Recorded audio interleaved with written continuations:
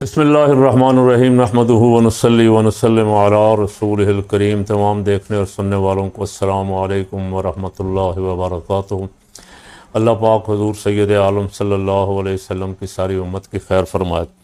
کافی دنوں سے کشمیر میں تحریک چل رہی ہے، اپنے حقوق کی بحالی کی تحریک چل رہی ہے۔ سال پہلے بھی میدان میں نکلے تھے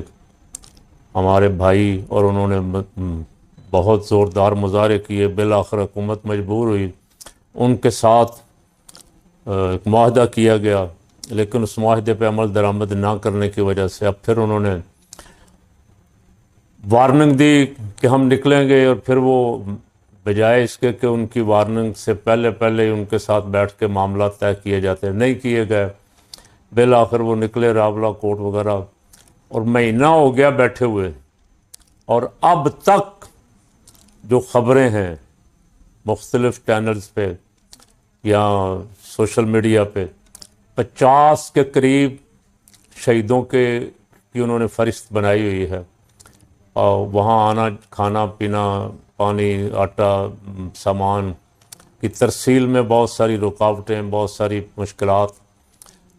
حکومت نے کئی دن تک تو یہی رکھا کہ کوئی ضرورت نہیں ہے، ہم یہ واپس چلے جائیں، یہ اٹھ جائیں، اور اب سنا کوئی مذاکرات، کوئی برطانیہ سے آئے ہوئے افراد کشمیری جو ہیں ان سے مذاکرات ہو رہے ہیں، اور ان کے مطالبات، ایک آدھا بڑا مطالبہ جو ہے ان کا ابھی اس پہ حکومت اڑی ہوئی ہے، باقی مطالبات ماننے کی طرف جا رہی ہے۔ چند دن پہلے میں نے بلاول کو سنا، بلاول وہاں بڑکیں لگا رہا تھا اور کشمیریوں اس کے ساتھ ہمدردی جگا رہا تھا، اور کہہ رہا تھا کہ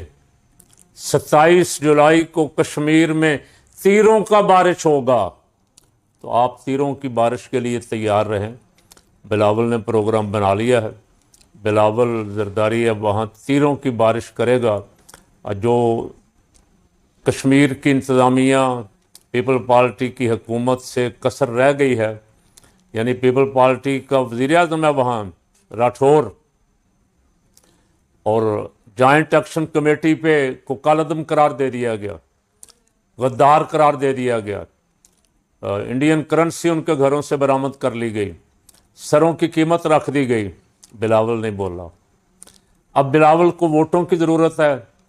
ترلے منتیں کر کر کے بلاول وہاں جلسے رکھوا رہا ہے،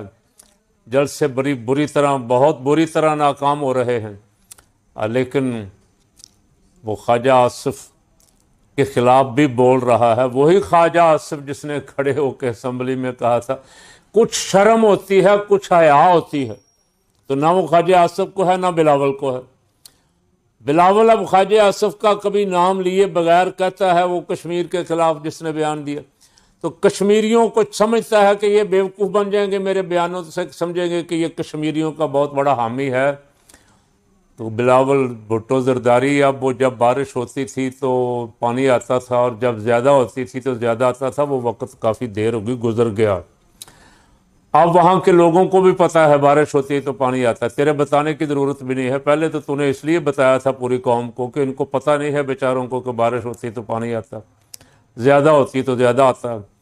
تو اب وہاں کھڑے ہو کے ان کے ساتھ ہمدردی جگانا اور خود اینٹی اسٹیبلشمنٹ بننا اور اپوزیشن کا کردار شو کرنا، کچھ شرم ہوتی ہے، کچھ حیا ہوتی ہے، لیکن تمہیں نہیں ہے۔ میں نے آج پتہ نہیں یہ کلپ دیکھا ہے، شاید تازہ ہی ہو، نواز شریف صاحب بھی پہنچے ہوئے، ساتھ محترمہ ان کی صاحبزادی صاحبہ، جن کے لیے انہوں نے اپنی ساری سیاست قربان کر دی، اپنی پھوں پھاں قربان کر دی، اور جو اپنے آپ کو کہتے تھے کہ میں بڑا انسانی حقوق کا علمبردار ہوں، سول سپریمیسی کا بڑا علمبردار ہوں، سب کچھ اس کی پنجاب کی وزارت اعلیٰ کے لیے قربان کر دیا، اس کے ساتھ کھڑے ہو کے فرما رہے ہیں۔ میں نے مریم کو بھی کہا ہے، اور میں شہباز سے بھی کہوں گا، اگر ہم